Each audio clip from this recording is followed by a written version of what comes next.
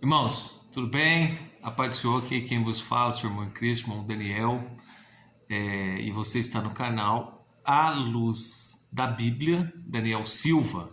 Nós estamos felizes porque gradativamente Deus tem dado o crescimento, né? Eu lembro da expressão de Paulo: eu plantei, Apolo regou, Deus deu crescimento. Deus tem nos dado alunos, nos dado pessoas que têm se interessado pelo conteúdo bíblico, né? E tem interagido com o canal, né? A gente quer procurar criar uma interação diferente. Fica à vontade, né, para deixar nos comentários aí seu nome, a cidade de onde você nos contacta, né? Visto que nós temos pessoas de todo o Brasil aqui nesse canal que têm um interesse comum, que é o interesse pela palavra de Deus. Nós prezamos pela simplicidade, né, das aulas, lógico, respeitando o conteúdo bíblico à altura que ele merece ser respeitado, procurando manter isso, né? Manter a ortodoxia do ensino, né? Nós sempre prezamos por isso, né? Por isso, mais uma vez, seja muito bem-vindo e muito obrigado pela sua companhia, tá bom? Nós estamos aí, como já é sabido, estudando neste trimestre, né? Ciclo de 3 meses, as lições bíblicas, a supremacia das escrituras, que tem por restante do título a inspirada, inerrante e infalível palavra de Deus. Nós já estudamos até então a autoridade da Bíblia, a sua inspiração, a sua inerrância, a sua estrutura, como ler as escrituras. Lemos na lição 6 a Bíblia como guia para a vida. A Bíblia transforma as pessoas. Lição passada, que foi a lição de número 8, nós falamos sobre a lei e os evangelhos revelam Jesus, e no número 9, lição de número 9, que é a lição de hoje, nós vamos tratar do seguinte título, que vem assim: as histórias e as poesias falam ao coração. As histórias e as poesias falam ao coração. Tá? E vamos já, né? Nós já falamos o título, que é as histórias e as poesias falam ao coração. O texto áureo ele está compreendido lá no Salmo 119, verso de número 107, que diz assim: estou aflitíssimo, vivifica-me, ó Senhor, segundo a tua palavra. Salmo 119, 107.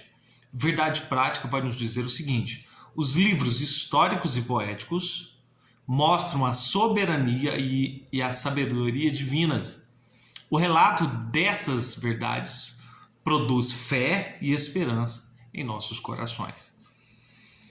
Já partindo para a leitura bíblica em classe, que está compreendida no livro de Deuteronômio, capítulo 6, do versículo 20 ao 25, e Salmo 119, do verso 105 ao 108, no qual diz: quando teu filho te perguntar no futuro, dizendo: que significam os testemunhos e estatutos e juízos que o Senhor vosso Deus nos ordenou? Então dirás a teu filho: éramos servos de Faraó no Egito, porém o Senhor com mão forte nos tirou do Egito. E o Senhor aos nossos olhos fez sinais e maravilhas grandes e terríveis contra o Egito, contra Faraó e toda a sua casa. E dali nos tirou para nos levar e nos dar a terra que jurara a nossos pais. E o Senhor nos ordenou que cumpríssemos todos estes estatutos, que temêssemos ao Senhor nosso Deus para nosso perpétuo bem, para nos guardar em vida como no dia de hoje. E será para nós justiça quando tivermos cuidado de cumprir todos estes mandamentos perante o Senhor nosso Deus, como nos tem ordenado. Agora o Salmo 119, a partir do 105 ao 108. Lâmpada para os meus pés é tua palavra e luz para o meu caminho. Jurei e o cumprirei, que guardarei os teus justos juízos. Estou aflitíssimo, vivifica-me, ó Senhor, segundo a tua palavra. Aceita, eu te rogo, as oferendas voluntárias da minha boca, ó Senhor, ensina-me os teus juízos. Vamos já para introdução, lembrando que nós temos dividido aí, queremos saber da sua opinião, né? Nós temos dividido a aula em 3 tópicos. Uma aula, ela contém 3 tópicos, então nós dividimos, comentamos só o primeiro tópico na primeira aula, depois gravamos outra aula com o segundo e assim sucessivamente, né? Nós queremos saber a sua opinião, se tem dado certo você assistir assim as aulas, tá bom? A introdução vai nos dizer assim: a Bíblia faz uso de gêneros literários para expressar a revelação divina. Para contar as histórias do povo de Deus, os livros históricos servem-se da literatura chamada de narrativa. Os livros poéticos e de sabedoria recorrem ao texto lírico, com o propósito de despertar sentimentos. Em vista disso, na lição de hoje, estudaremos as experiências e as instruções relatadas nesses livros cuja mensagem fortalece os nossos corações. Então nós estaremos falando aqui sobre livros históricos e livros poéticos. Já de antemão já foi feita a colocação de classificação do uso do gênero literário, que no caso é narrativa para as histórias, e texto lírico para as poesias, para os poemas, para os salmos. Só que um detalhe muito importante, nós estamos tratando aqui não de uma literatura comum. Nós não estamos falando apenas de livros comuns. Nós estamos falando aqui de um livro espiritual, que é a Bíblia Sagrada, e que o autor dela é o próprio Espírito. O próprio Deus soprou as palavras para, como dissemos anteriormente, 40 homens de épocas diferentes. Então existe uma inerrância, uma infabilidade. Então nós colocamos narrativa e texto lírico aqui para dar a ideia. Por quê? Porque entendemos que enquanto algumas narrativas comuns e textos líricos comuns, eles recorrem a esses recursos, né? Estão classificados dentro da gramática dessa forma, mas muitas vezes omitem a verdade, né? Muitas vezes trabalham com a mentira, trabalham com algumas coisas que não se coaduna com a mente de Deus, porque Ele é a própria verdade, né? Salmo 119, lá no final vai dizer assim: a tua palavra é verdade para sempre, eternamente. Tendo considerado essas afirmativas, nós já vamos ler o tópico 1 e o subtópico 1. As histórias do Antigo Testamento. Os livros históricos. Após a morte de Moisés, Deus chama Josué para liderar o povo na conquista da terra prometida. Antes de prosseguir, a simples leitura desses comentários aqui, ela já vai te mostrar, né, para aquele que tem curiosidade de conhecer a Bíblia um pouco mais, ou ainda não teve um contato pleno com a Bíblia, eu consigo, através dessa narrativa, entender o porquê desses livros, né, entender o que eles querem dizer, né? E aqui também ele traz um cronograma da trajetória de Israel, desde as promessas feitas a Abraão, e aqui em especial a partir de Moisés, de Josué, dos juízes, né, e por fim a monarquia de Israel. Tá? Então a gente vai conseguir já ter uma panorâmica, né? Você não vai... Impossível seria falar tudo de uma vez dentro de horas, né? Isso seria impossível. Mas pelo menos nós vamos ter uma panorâmica aqui, tá ok? Continuando, Deus chamou Josué para liderar o povo na conquista da terra prometida. Isso está lá em Josué, capítulo 1, o verso 1 e o verso 2, que diz assim, E sucedeu, depois da morte de Moisés, servo do Senhor, que o Senhor falou a Josué, filho de Num, servo de Moisés, dizendo: Moisés, meu servo, é morto. Levanta-te, pois, agora passa este Jordão, tu e todo este povo, a terra que dou aos filhos de Israel. As gerações seguintes, para assegurar a herança. Deixa eu voltar aqui, ó. Então Deus mandou que Josué liderasse essa nova geração para conquistar e assegurar a herança, a promessa que Deus tinha feito lá a Abraão, aos patriarcas. Ó, disputaram assim então o espaço com outras nações. Os registros dessa experiência com Deus e da posse da terra são chamados de livros históricos. Então, localizamos aí o que se trata, qual é a temática dos livros históricos. Narrar esse período da conquista, né, do desbravar, de conquistar territórios. Prosseguindo,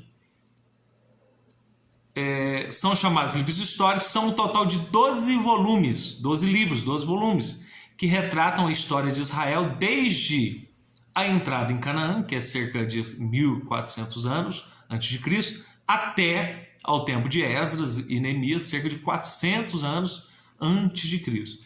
Nesse período, Israel experimentou a providência e juízo divino. Então, nesse período, vamos lá, de 1400 anos, cerca de 400 anos antes de Cristo, nesse ciclo de tempo, o povo de Israel, a nação de Israel, experimentou grandes feitos da mão de Deus, e inclusive o próprio juízo da mão de Deus. Esses relatos demonstram que Deus controla o curso da história. Nós só podemos glorificar a esse Deus grande, que a Bíblia diz: do Senhor é a terra e toda a sua plenitude, o mundo e todos aqueles que nele habitam, e ele está no controle de toda a história. Olha, 21:45 de Josué vai nos dizer assim, ó: palavra alguma falhou de todas as boas coisas que o Senhor falou à casa de Israel. Tudo se cumpriu. Fidelidade de Deus nesse ciclo onde foi remontada a história, onde nós hoje temos acesso a 12 volumes de livros que narram a história de Israel. O número 2 do tópico de número 1 vai dizer: as histórias dos juízes. Depois de Josué, os juízes governaram Israel até o profeta Samuel. Então, primeiro período, primeira fase da nação de Israel depois do Egito, quem liderou foi Moisés, seu sucessor foi Josué. Após Josué, nós entramos em um período chamado período dos juízes. Deixa eu ler aqui para a gente entender. Que foi até ao profeta Samuel, um dos maiores vultos do Antigo Testamento em termos de profeta. E essa afirmativa nós vamos confirmar lá em Atos 13:20, no qual vai dizer: e depois disto, por quase 450 anos, lhes deu juízes até ao profeta Samuel. Então, até ao profeta Samuel, nós tivemos ali juízes governando, liderando a nação de Israel.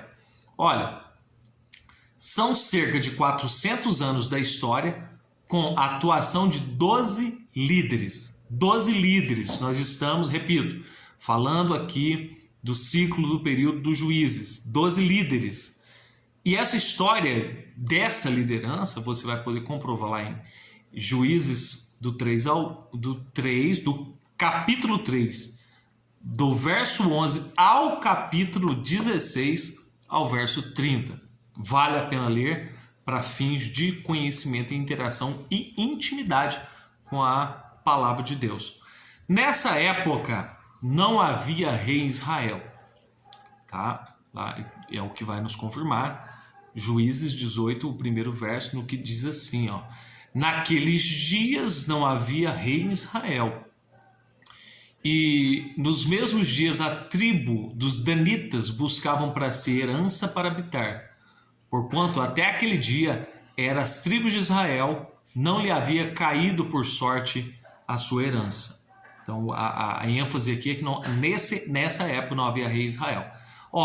E cada um andava como queria, de acordo lá com Juízes 21, versículo 25, no qual vai dizer: naqueles dias não havia rei em Israel, porém cada um fazia o que parecia reto aos seus olhos, que por sinal não deu certo, foi somente vamos dizer assim, ó, a nação entrou, por essa razão, a nação entrou em declínio espiritual e fez o que parecia mal aos olhos do Senhor. Como resultado, os israelitas foram subjugados pelas nações vizinhas. Então, por essa imparcialidade, né, por esse ser tão volátil na questão moral, na questão de se devotar a Deus, as nações vizinhas, que eram inimigas da nação de Israel, vinham e oprimia eles, subjugava. Parte desse relato nós vamos ver lá em Juízes. Juízes é o 3, deixa eu confirmar aqui. Isso mesmo. Juízes, capítulo 3, partido 8. Então a ira do Senhor se acendeu contra Israel, e ele os vendeu na mão de Cusã-Risataim, rei da Mesopotâmia, e os filhos de Israel serviam a Cusã-Risataim 8 anos.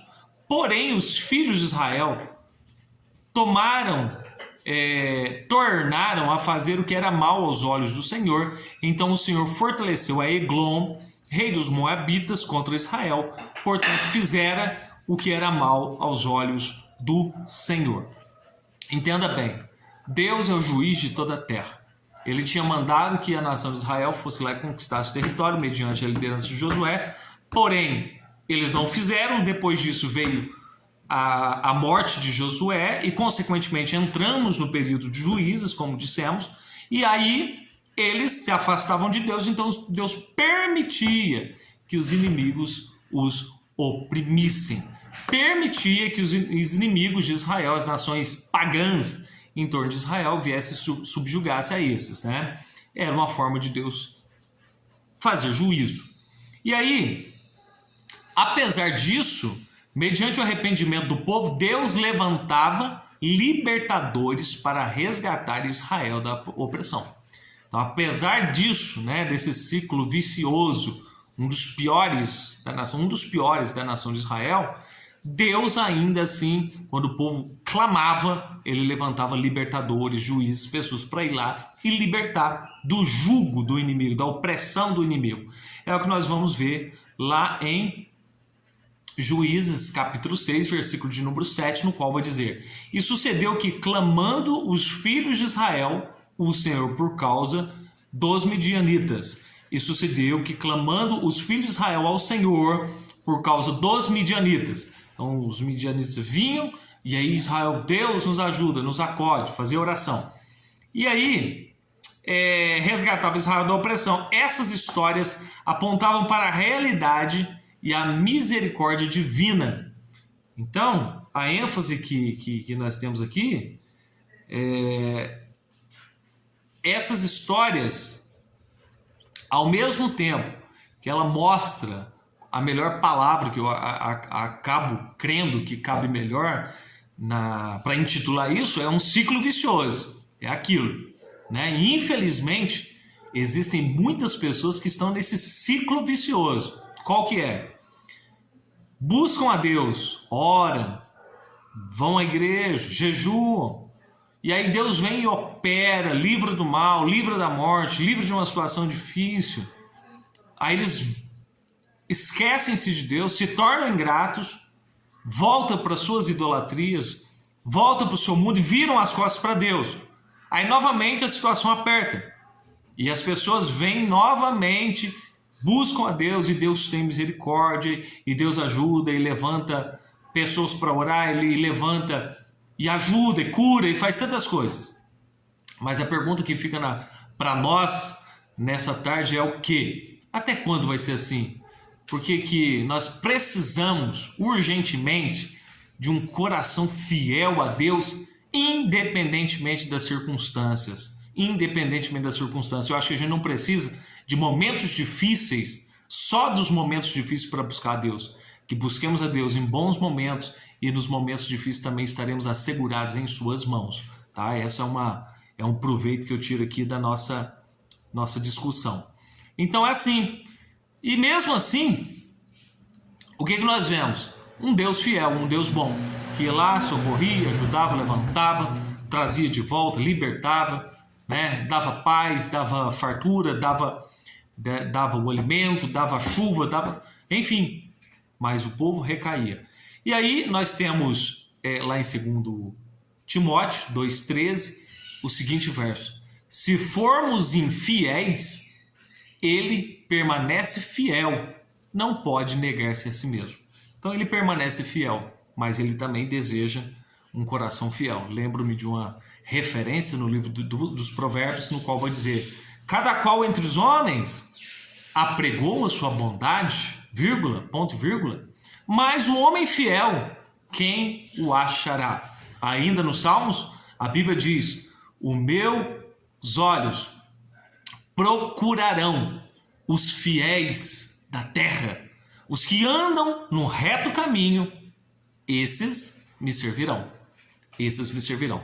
Então, Deus procura em nós fidelidade, pureza, dedicação, em todo e em qualquer momento, nos altos e baixos da vida, porque Ele continua sendo absolutamente Deus. Partindo aí para o número 3, do tópico 1, agora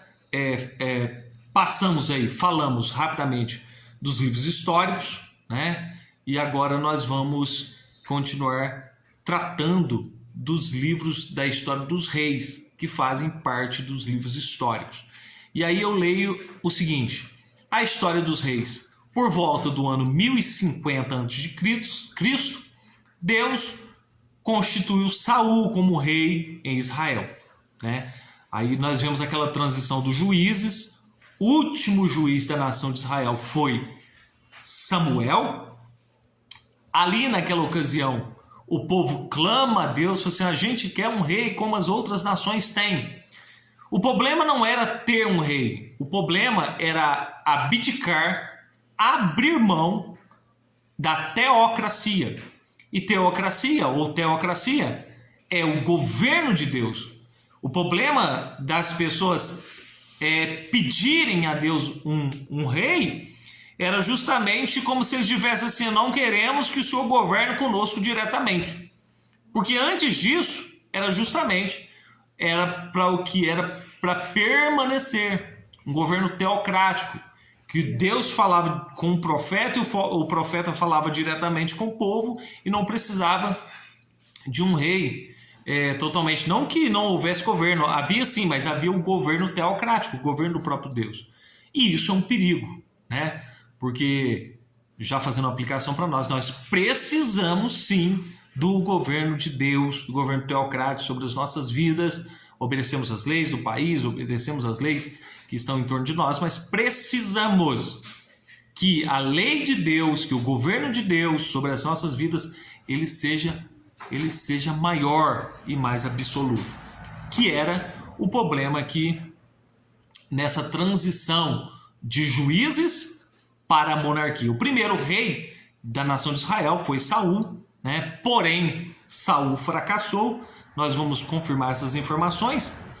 1 Samuel 8,5: e disseram-lhe: eis que já estás velho, e teus filhos não andam pelos caminhos.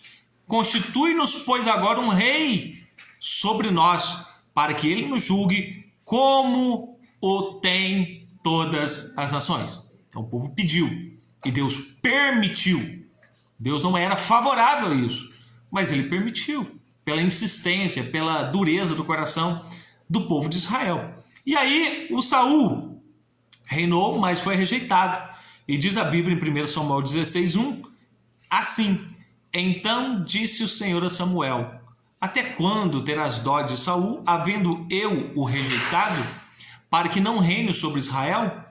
Enche um chifre de azeite, né? Ou um recipiente, um vaso de azeite, e vem e enviar-te-ei a Jessé, o belemita, porque dentre os seus filhos me tenho provido de um rei. Então, ao passo que Deus já tinha rejeitado Saul, aqui era só a ocasião da cerimônia para manifestar que Deus também já tinha em seu coração um novo escolhido, e esse novo escolhido para suceder o rei Saul era um jovem gentil, com muito juízo, sisudo, pastor de ovelhas, poeta, que já estava no coração de Deus. E aí prosseguimos, estamos falando aqui sobre a história dos reis. Então Davi foi escolhido e recebeu promessa de um reino que não teria fim. Agora, o que é muito interessante e profético é a promessa feita a Davi, que diz assim, 2 Samuel 7,16: porém a tua casa e o teu reino serão firmados para sempre. Repito, porém a tua casa e o teu reino serão firmados para sempre diante de ti. Teu trono será firme para sempre.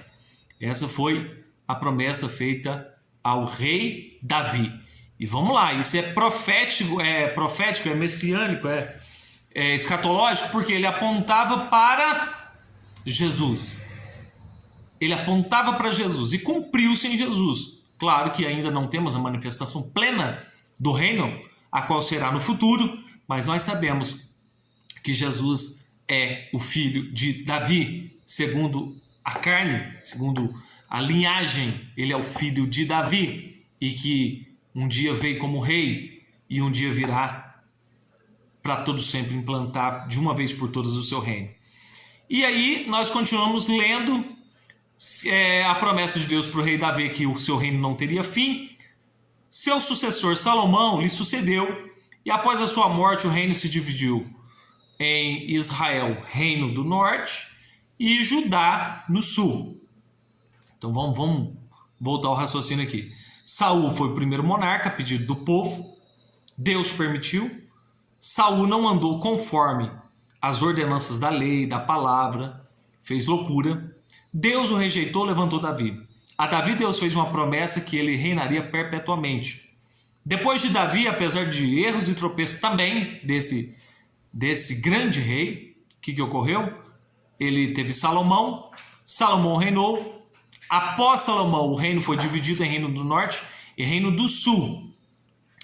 Daí, para nós já partimos para o final aqui, ambos os reinos, tanto o reino norte quanto o reino sul, que na verdade era para ser um reino unificado, porém por causa da rebelião e do pecado, do homem, eles se dividiram. Ambos os reinos, tanto um contra o outro, rebelaram-se contra Deus e foram para o exílio. Primeiro, em 722 a.C., Israel foi conquistado pelos assírios. Então a nação do reino do norte pecou mais, rebelou-se mais contra Deus, e o pecado dela chegou mais rápido às narinas de Deus, e Deus permitiu que eles fossem levados pelos assírios, um povo cruel.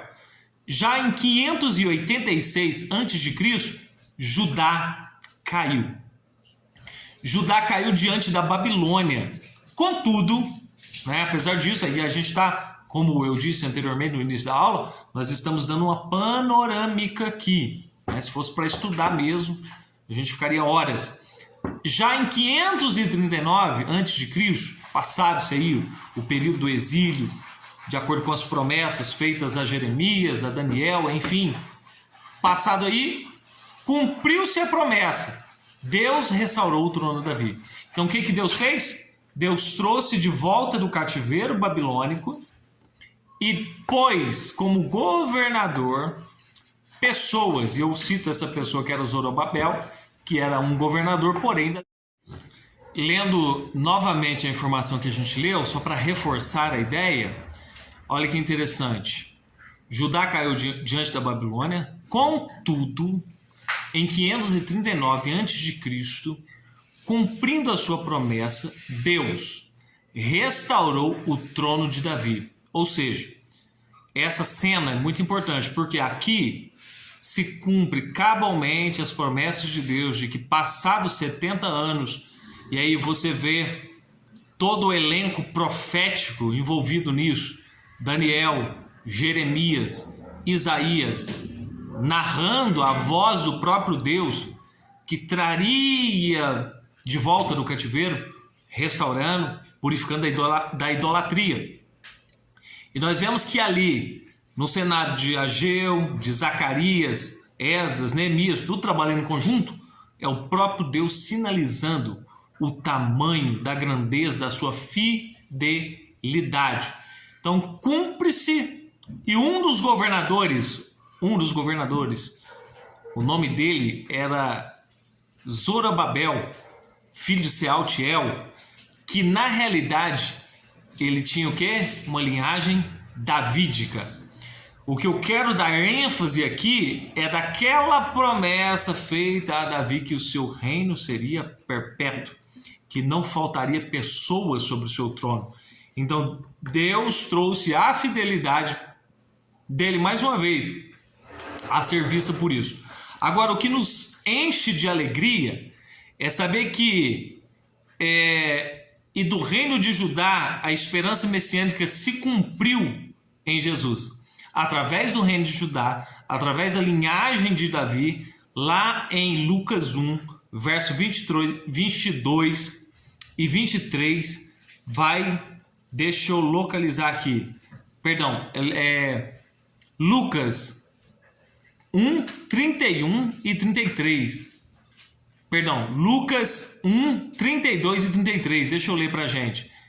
Este será grande, será chamado Filho do Altíssimo, e o Senhor Deus lhe dará o trono de Davi, seu pai, e reinará eternamente na casa de Jacó, e o seu reino não terá fim. Essa palavra sobre o Cristo, a qual se cumpriu. Essas narrativas mostram que os planos do Senhor não podem ser frustrados, de acordo com Jó 42, verso 2, no qual diz: bem sei eu que tudo podes e nenhum dos seus pensamentos e nenhum dos seus projetos podem ser impedidos. E assim finalizamos agora, fazendo a síntese ou a sinopse do tópico de número 1, o abreviado aqui, o resuminho. As histórias presentes na Bíblia são verdadeiras e dão testemunho da fidelidade e misericórdia divinas. Então, só recapitulando aqui rapidamente, nós falamos sobre os livros históricos e o que abrange os livros históricos, a história dos reis, e inicialmente nós falamos, deixa eu recapitular aqui, no 2, a história do juiz, que foi o período intermediário, tá bom? Então até a próxima aula, nós prosseguiremos para dar continuidade e encaixar os assuntos, que seja de bênção para a sua vida e que tudo seja para a glória e honra do nome de Jesus. Fique com Deus, Deus abençoe.